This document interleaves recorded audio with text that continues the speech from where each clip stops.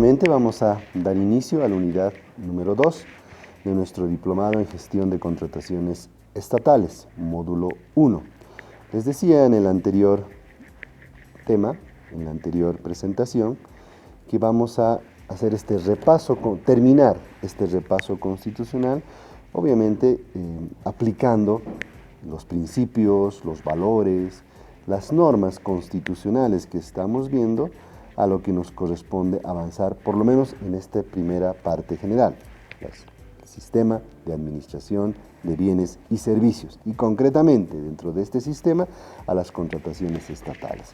La última vez les decía que la Constitución Política del Estado establece deberes de los servidores públicos, obligaciones de los servidores públicos, entre otros, no vamos a referirnos a todos y cada uno de ellos. Cumplir la Constitución y las leyes, es decir, tenemos la obligación como servidores públicos de cumplir exquisitamente las regulaciones establecidas en la norma de contrataciones. Cumplir con sus responsabilidades de acuerdo con los principios de la función pública. Recuerdan que hablábamos que ahora el artículo 232 establece varios principios que deben regir la administración pública. Los servidores públicos estamos obligados a cumplir con las responsabilidades de acuerdo a sus principios.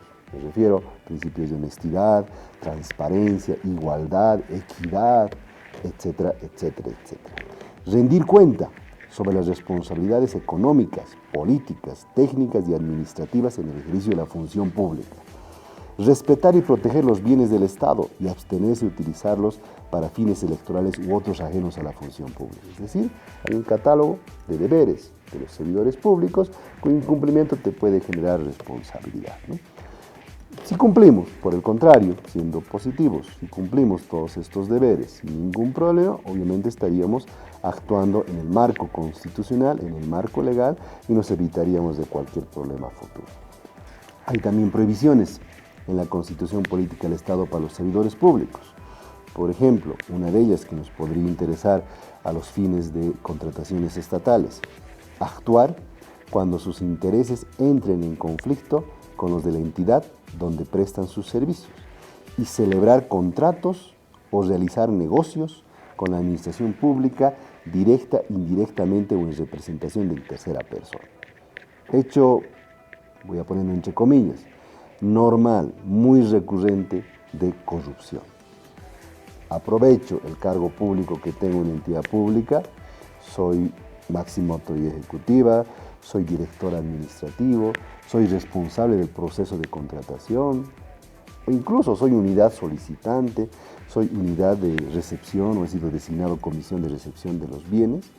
Aprovecho ese cargo circunstancial que tengo para favorecer en un contrato, en un proceso de contratación, a una empresa mía, o a una empresa de mi esposa, o a una empresa de mis parientes, o a una empresa en la cual figuro como socio. Eso está prohibido constitucionalmente. Está rompiendo el principio de igualdad y participación en igualdad de condiciones de otras empresas. O sea, no puedo yo mismo contratar con el Estado si soy parte del proceso de contratación. Y eso involucra a los máximos ejecutivos. Hablamos de ministros de Estado, directores de entidades descentralizadas, desconcentradas, gerentes de empresas públicas, ¿no? Eso está en la Constitución. Obviamente se desarrolla también, ya de forma más específica, en la norma básica del sistema de administración de bienes y servicios, pero parte desde la Constitución Política del Estado. Por eso la gravedad de esa conducta, y por eso esa conducta está también tipificada como delito en el Código Penal a través de la ley Marcelo Quiroga Santa Cruz, que introduce nuevos tipos penales de corrupción. Incompatibilidad con la función pública. También en la Constitución se establecen casos en los cuales yo no puedo contratar con el Estado. Por ejemplo, la adquisición, dice, o arrendamiento de bienes públicos a nombre de la servidora pública o servidor público o de terceras personas. La celebración de contratos administrativos o la obtención de otra clase de ventajas personales del Estado, entre otros. Incompatibilidades cuya adecuación de nuestra conducta puede generar incluso repercusiones de índole penal porque son delitos, reitero, previstos en la Marcelo Quiroga Santa Cruz. Pero lo que quiero dejar acá es que ya está en la Constitución Política del Estado prevista como incompatibilidad o como deber o como prohibición para el servidor público. Entonces, podríamos ir concluyendo esta primera parte para entrar ya a la segunda que nos toca, definiendo que la administración se traduce en las actividades de ejecución, planificación y organización necesarias para mantener las funciones y el cumplimiento de objetivos de una organización. Cuando hablamos de ejecución, planificación y organización, ya estamos ingresando a la Ley 1178. ¿Por qué vamos a hablar de la Ley 1178? Porque necesariamente tenemos que referirnos a la norma que da origen al sistema de admisión de bienes y servicios. Es decir, en este momento, mientras no cambiemos nuestro marco regulatorio actual, para hablar de contrataciones estatales en Bolivia tenemos que conocer, dominar, especializarnos en el sistema de administración de bienes y servicios. Estos actos administrativos en los que se generan sistemas de organización, de planificación, de administración, de ejecución y de control, se traducen en la prestación de servicios públicos y actividades burocrático-administrativas, bajo un interesante parámetro constitucional, la función que hoy cumple el Estado en la economía, entre otros aspectos, conducir el proceso de planificación económica y social del país, ¿no? Por eso, me permite esta parte de la exposición, el también anunciarles que tenemos que ver en este diplomado, y particularmente en este módulo 1, la Ley 777 del Sistema de Planificación Integral del Estado, ¿no? Con lo cual tendríamos completo, de acuerdo al programa, el marco constitucional, legal y general de las normas o de las regulaciones en materia de gestión de contrataciones, ¿no? Entonces, si hablamos en primer lugar de ese marco legislativo, de ese marco normativo, nos tenemos que referir, voy a hacer aquí un paréntesis, a la Ley 1178 en relación a lo que regula la Constitución Política del Estado. ¿Por qué voy a hacer el paréntesis? Porque nos interesa en función de los cambios que se han introducido constitucionalmente y que motivan, obligan a que las leyes que estaban vigentes hasta el 2009, fecha de vigencia de nuestra Constitución, deban ser modificadas. Ya han pasado más de 10 años, estamos en 11 años, y seguimos con una ley 1178 posiblemente obsoleta en muchos aspectos. O seguimos con otras normas, que no viene el caso ahora hablar, que ya no se adecúan al marco constitucional. A mí me interesa hablar de la ley 1178. Y hay ciertas regulaciones constitucionales que incluso repercuten en el sistema de admisión de bienes y servicios y particularmente en contrataciones estatales que ya no responden a los fines constitucionales. ¿A cuáles me refiero particularmente? Leamos el artículo 217 de la actual Constitución Política del Estado. Si la tienen a mano, pueden conmigo leer el 217. Señala, la Contraloría será responsable de la supervisión y del control externo posterior de las entidades públicas. Primer punto, llamada de atención. Será responsable de la supervisión. Tomen en cuenta, ahorita volvemos sobre ese punto. Y dice, de aquellas, aparte de las entidades públicas, que tenga participación o interés económico el Estado. Segundo punto que llama la atención. Si repasamos cualquier presentación de diapositivas, cualquier texto que se refiere a la ley 1178, cuando hacemos la figurita del ámbito de aplicación, únicamente están las entidades públicas o aquellas entidades donde el Estado tenga la mayor parte del patrimonio, únicamente. Pero aquí ya se habla constitucionalmente de otras entidades, no necesariamente públicas, porque hay un "y" que tenga, en los que tenga o en las que tenga participación o interés económico el Estado. Es decir, ahora la Constitución Política del Estado obliga a la Contraloría y con ello a las unidades de auditoría interna de ingresar a hacer control gubernamental también en entidades que no son públicas, que no son estatales. En un momento más les voy a mostrar algunos ejemplos. Y volviendo al primer punto, Ahora, la Contraloría y con ellas, por extensión, las unidades de auditoría interna deben hacer supervisión en las entidades públicas. Ya no solamente control externo posterior, sino supervisión. ¿Y qué es supervisión? Es acompañamiento de la gestión, como veremos más adelante.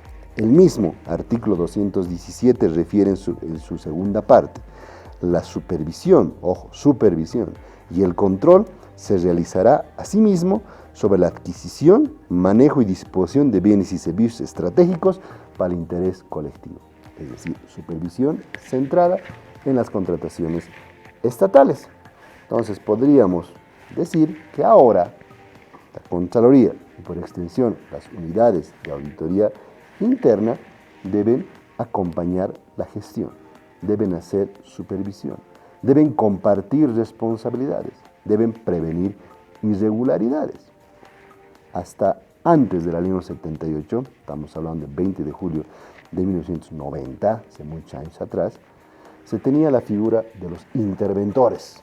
Si alguien recordará, o tal vez sus padres pueden recordar, sus hermanos mayores. En esa figura de los interventores se facultaba a funcionarios de la Contraloría para ir a las entidades públicas y conjuntamente con los ejecutivos de la entidad pública tomar decisiones. Con la ley 78 se prohibió eso, porque eso es control previo, se decía. No se puede hacer ello. Es control previo y no le corresponde hacer ni a la Contraloría ni a la Auditoría Interna. Solamente le corresponde a la entidad pública. Ahora con la Constitución, que se acabó de leer, artículo 217, se puede hacer supervisión. ¿Y qué es la supervisión?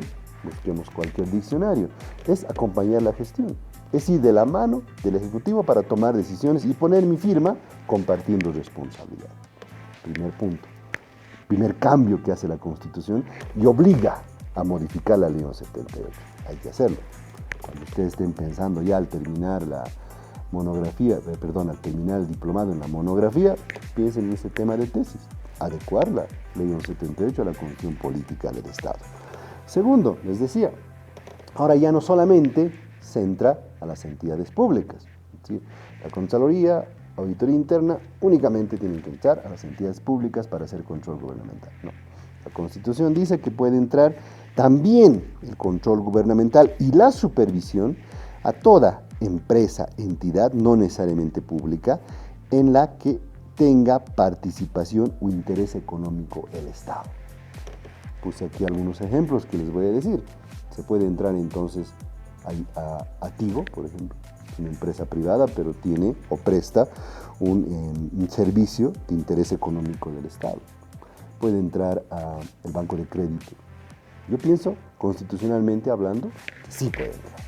Lo que nos falta ahora es un marco legislativo que desarrolle este artículo de la Constitución y regule cómo podría ingresar. Incluso, pues en este ejemplo, puede entrar ahora la Contraloría bajo el título de supervisión y de control externo posterior a la Federación Boliviana de Fútbol, porque es de interés del Estado, así lo define la propia Constitución Política del Estado, cuando, por ejemplo, en su artículo 213 señala que la Contraloría es la institución técnica que ejerce la función de control de la administración de las entidades públicas y de aquellas en las que el Estado tenga participación o interés económico.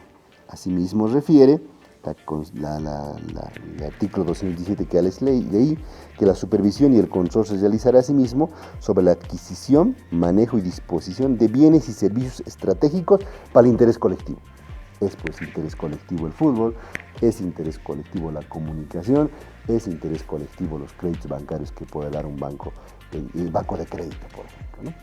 Un segundo aspecto, con esto vamos finalizando esta segunda unidad, que refiere y cambia la Constitución Política del Estado a la Ley 78, está regulado en su artículo 235, parágrafo 4 de la Constitución.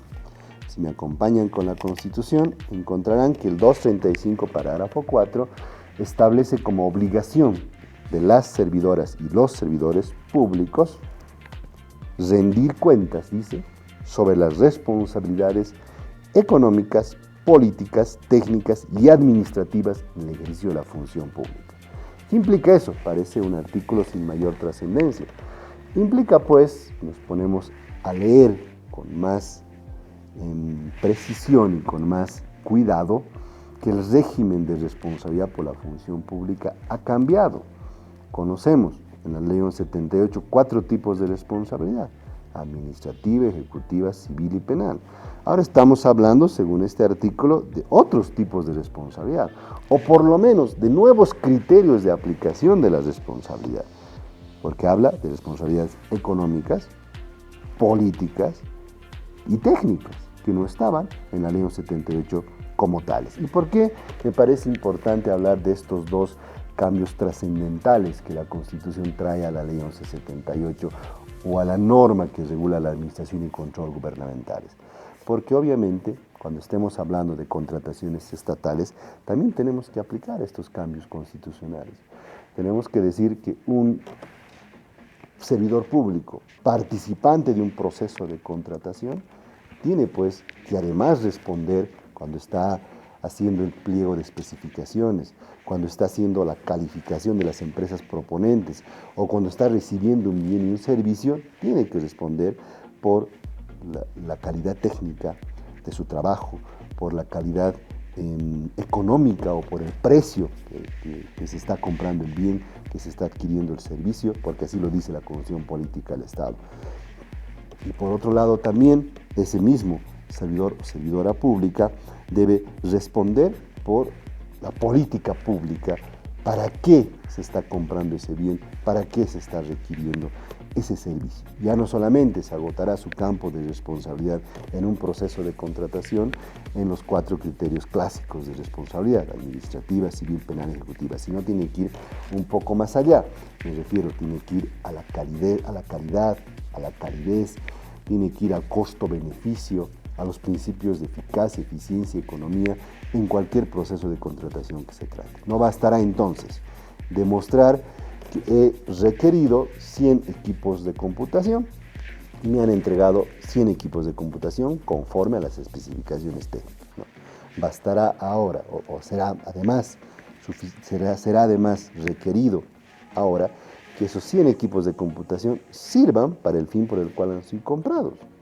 Por ahí, en el medio del proceso de contratación, ya se reestructura la entidad y ya no se necesitan los 100 equipos porque ya no hay los funcionarios que lo iban a utilizar. O por ahí la entidad es suprimida, como en el caso del Ministerio de Comunicación, los recientes días, Ministerio de Culturas, ya no necesito 100 equipos. Tendré pues que cancelar el proceso de contratación, anular el proceso de contratación o suspender el proceso de contratación, porque tengo que responder, además de los 4 tipos clásicos de responsabilidad, por otros tipos de responsabilidades, ¿no? Voy a, en el siguiente tema, referirme al marco legal ya específico que se relaciona con las contrataciones estatales, tal vez no muy directamente, pero estoy tratando de relacionar, como lo hice con el marco constitucional, la Ley 974, que es la Ley de Unidades de Transparencia y Lucha contra la Corrupción, que sin duda ha marcado muchas diferencias también en el marco legal actual, la Ley 777, del Sistema de Planificación Integral del Estado, y finalmente, ya para ir terminando en otro de los temas que vamos a tocar, la Ley 1178, el Sistema de Admisión de Bienes y Servicios. Muchísimas gracias por su atención.